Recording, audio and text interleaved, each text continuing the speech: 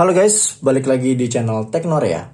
Kali ini gue akan membahas dua controller dari masing-masing konsol next gen keluaran Xbox Series X dan controller PS5 yang disebut DualSense.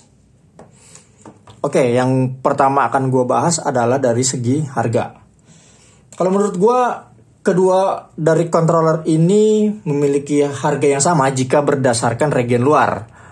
Bedanya adalah kalau DualSense itu resmi masuk Indonesia, makanya harga controller DualSense yang masuk ke Indonesia ini jauh lebih mahal, yaitu ada di harga 1,1 juta. Tapi kalau kita bandingkan dua-duanya controller ini berdasarkan region luar, harganya hampir sama, sekitar di range harga 900 ribuan, paling selisihnya beberapa puluh ribu doang. Mungkin kalau Xbox resmi di Indonesia, mungkin harganya pun kontrolernya sama dengan DualSense. Ya kalian tahu kalau kita beli di region Indonesia, kalau rusak gampang untuk klaimnya. Nah, apakah dengan harga yang sama memiliki fitur yang sama bagusnya juga dari kedua controller ini? Mari kita bahas. Sebelum kita masuk ke fitur apa aja yang ada di kedua controller ini, gue akan bahas dari segi desain dari masing-masing kedua controller ini. Yang pertama dari Xbox controller. Untuk Xbox memiliki warna single tone alias satu warna, yaitu berwarna hitam untuk Xbox Series X dan berwarna putih jika kalian membeli yang Xbox Series S. Lalu untuk DualSense memiliki dual tone, yaitu dengan warna dominan putih yang dipadukan dengan warna hitam. Tapi sebenarnya Xbox maupun PS5 itu sama-sama mengeluarkan beragam warna untuk kontrolernya yang tentunya dijual terpisah. Untuk desain body sendiri, Xbox terlihat lebih lebar di bagian tengahnya. Lalu di PS5 pada bagian pegangan kanan dan kirinya terlihat lebih panjang. Dan kalau menurut gue, jauh lebih enak DualSense untuk digenggam ketika bermain. Lalu pada bagian kanan dua controller ini bentuknya seperti ini. Dan ini juga pada bagian kirinya. Dan ini tampak depan dari si dua controller ini. Sama-sama memiliki port Type-C. Bedanya kalau controller Xbox, dia ada satu buah tombol untuk menghubungkan ke Bluetooth-nya. Nah, DualSense ini agak lebih berat dibanding dengan Xbox controller. Tapi kalau dari segi build quality-nya, DualSense menurut gua lebih bagus ya. Lebih kelihatan solid gitu. Dan lebih kelihatan kalau ini tuh controller yang mahal gitu. Sedangkan kalau Xbox, dia terasa lebih ringan dan materialnya tuh keras gitu loh, plastik keras gitu. Sedangkan kalau yang DualSense ini agak lebih lembut kalau dipegang.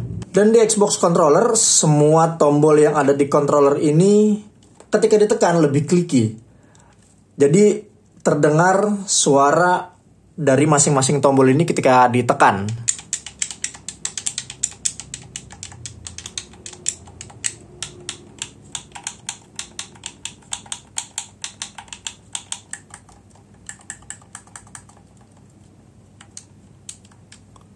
Bahkan ketika kita memainkan analognya pun ada suaranya.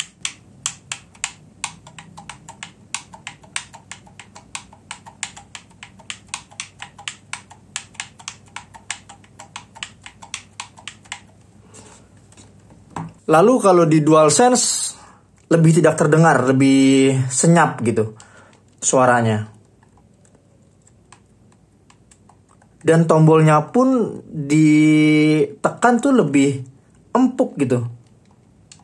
Beda dengan Xbox controller.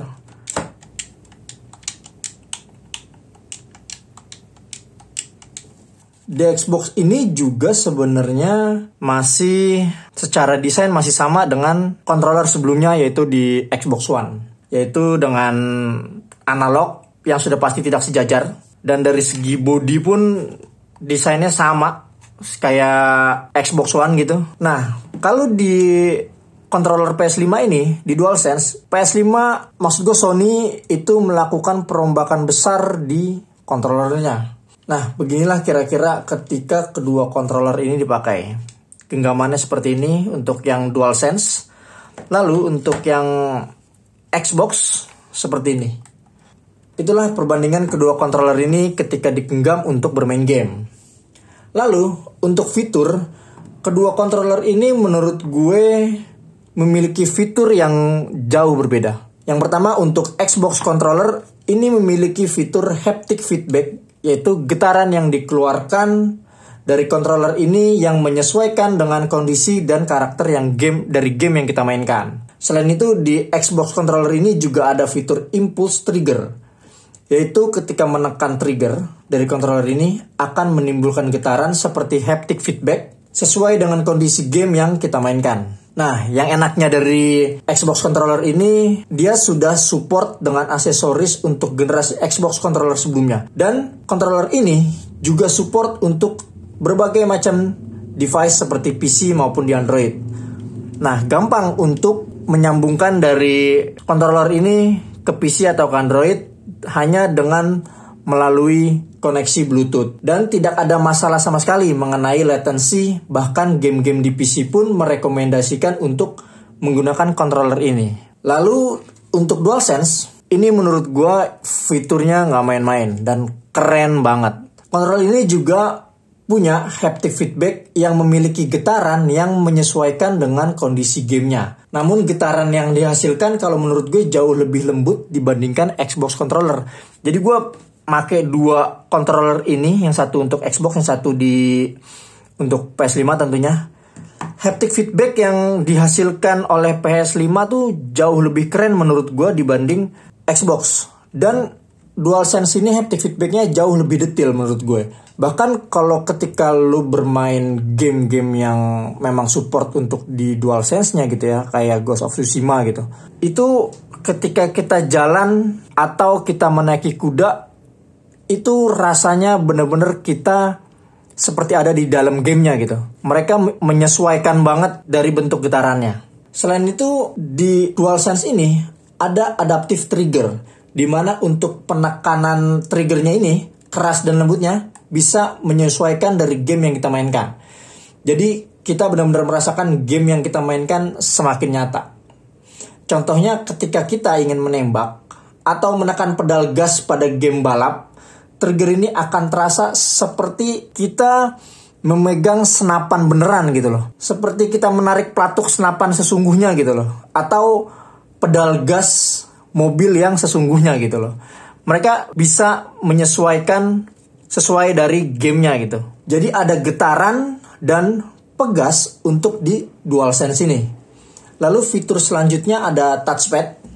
Jadi berfungsi untuk dimainkan game-game yang membutuhkan fitur touchpad seperti untuk menggerakkan angin pada game Ghost of Tsushima. Selain itu, di DualSense juga memiliki 6-axis gyroscope. Jadi kita mengontrol karakter pada game hanya dengan menggerakkan controller ini tanpa menyentuh tombolnya. Controller ini juga sudah dilengkapi dengan speaker internal. Ini yang bulat-bulat ini adalah speaker internal. Lalu juga ada mikrofon internal di bagian sini, yaitu ada mikrofon internalnya. Dan untuk merasakan kecanggihan dari DualSense ini, bahkan PS5 juga mengeluarkan game Astro Playroom, yaitu sebuah game keluaran dari Sony untuk kita merasakan kecanggihan dari si DualSense ini gitu. Jadi semua fitur di DualSense ini akan maksimal ketika kita bermain di Astro Playroom. Oke, selanjutnya gue akan bahas soal kekurangan dari masing-masing controller ini. Yang pertama dari Xbox Series X ini. Controller ini masih menggunakan baterai eksternal, yaitu 2 unit baterai A2 yang terletak di sini. Jadi kalau misalnya baterainya habis, ya kita jadi harus nyolok di sini aja gitu ke konsolnya. Nggak enaknya baterainya agak lumayan boros menurut gue, mungkin sekitar 40 jam kali ya kalau kita main terus-terusan kali ya. Lalu kalau memang mau enak sih sebenarnya beli baterai yang bisa dicas. Lalu kekurangan selanjutnya adalah menurut gue penambahan fiturnya itu nggak terlalu signifikan dari controller sebelumnya. Seperti penambahan touchpad, speaker internal maupun mikrofon belum ada di controller ini. Dan seperti yang tadi gue bilang, kalau desain dari controller ini juga sama aja gitu, sama dari controller sebelumnya gitu. Lalu kalau di PS5, di DualSense ini kekurangannya menurut gue nggak bisa dimainkan langsung di PC. Jadi harus pakai adapter atau pakai USB. Dan itu juga khusus untuk bisa dimainkan di PC. Nggak seperti Xbox controller hanya dengan Bluetooth udah bisa langsung terhubung ke PC. Dan ketika terhubung pun DualSense ini latensinya cukup besar ketika dimainkan. Jadi selain untuk PS5, rasanya akan kurang nyaman untuk dimainkan di PC. Jadi kesimpulannya menurut gue untuk kedua controller ini, untuk fitur DualSense jauh lebih unggul dibandingkan dengan Xbox controller. Namun jika kalian lebih suka memainkan game PC, sudah pasti lebih cocok menggunakan Xbox controller tanpa adanya kendala latensi dan juga lebih mudah menghubungkannya ke PC. Oke, segitu aja pembahasan tentang kedua controller ini. Kalau ada kurang-kurang, gue minta maaf. Dan kalau ada masukan, tinggal tulis di kolom komentar. Jangan lupa like, comment, share, dan subscribe. Thank you guys.